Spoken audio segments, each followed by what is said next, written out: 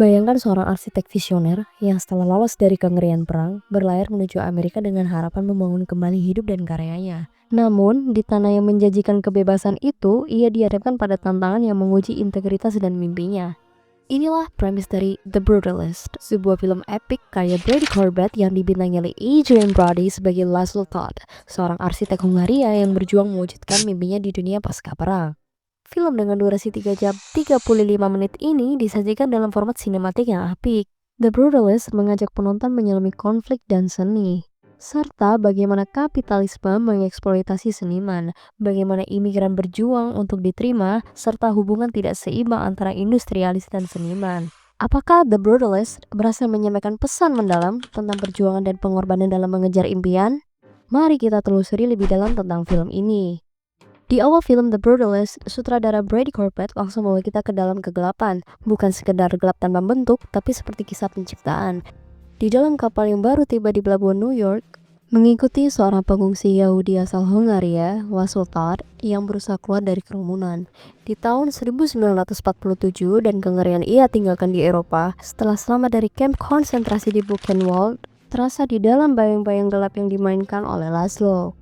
Beban masa lalu begitu nyata, terutama dalam suara sedih dari istrinya, Elizabeth yang terpisah darinya. Pergilah ke Amerika, aku akan menyusul, tulisnya dalam surat.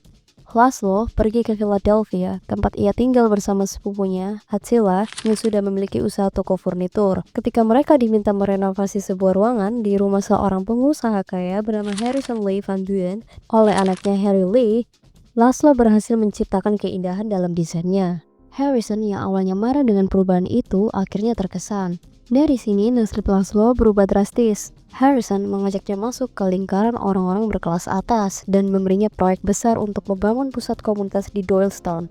Dalam The Brutalist, hubungan antara arsitek Laszlo Todd dan industrialis Harrison Lee berkembang dari kerjasama profesional menjadi dinamika yang kompleks dan akhirnya menghancurkan. Awalnya, Harrison menugaskan Laszlo untuk merancang Van Buren Institute, yaitu sebuah pusat komunitas monumental yang didedikasikan untuk mengenang mendiang ibunya. Kesempatan ini memberi Laszlo harapan untuk membangun kembali karirnya di Amerika pasca perang.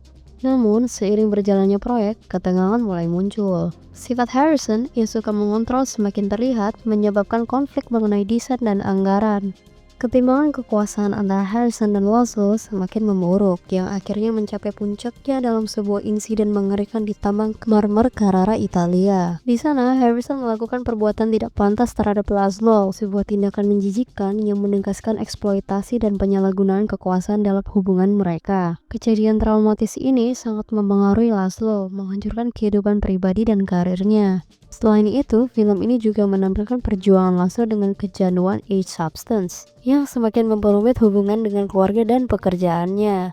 Penggambaran kecanduan ini menambah elemen brutal dalam narasi, menunjukkan dampak destruktif dari trauma dan tekanan yang dialami oleh karakter utama. Pada tahun 1953, Harrison akhirnya membantu Elizabeth dan keponakan mereka, Sofia, datang ke Amerika. Awalnya mereka diterima dengan baik, tapi lama-kelamaan keberanian dan kemandirian mereka mulai dianggap mengganggu oleh orang-orang di sekitarnya. Film ini mengeksplorasi tema integritas seni, dinamika kekuasaan, dan harga yang harus dibayar demi ambisi, dengan menggambarkan bagaimana manipulasi dan penyalahgunaan kekuasaan oleh Harrison memberikan dampak mendalam pada hidup dan karya Laszlo.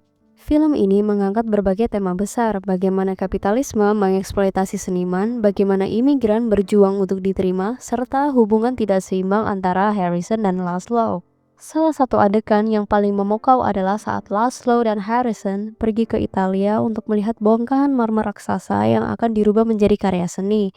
Namun, di tengah keindahan alam ini, cerita seakan kehilangan sedikit daya magisnya, berubah menjadi sesuatu yang lebih literal dan kurang emosional.